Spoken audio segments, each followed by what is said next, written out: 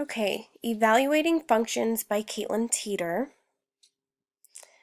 So first off, here is my formula here, and we're going to be plugging in each of these x's individually.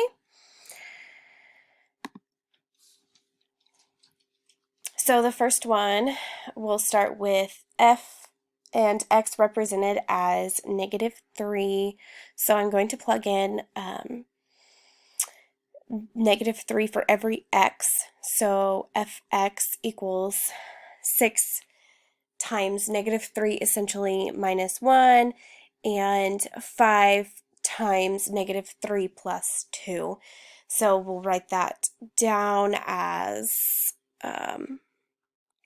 this. We'll write it down here and continue and simplify. So 6 times -3, that's going to be 18. And then we'll do 5 times -3 equals -15. And then we will continue. -18 minus 1 is -19 over here. And then -15 plus 2 will be -13. And this cannot be simplified any farther. Okay, so the next one, x represents 2. So we'll plug it in. I just wrote the formula here again for you. So we'll plug in 2 for x, and same as these two.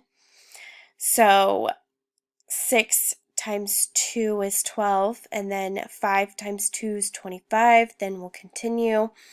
12 minus 1 is 11. 25 plus 2 is 27. This cannot be simplified. That's your final. And then our last one, -a, represents x. So again, the same formula. -a here, 6 times -a, and then 5 times -a. Continue with that. That would be -6a and -5a.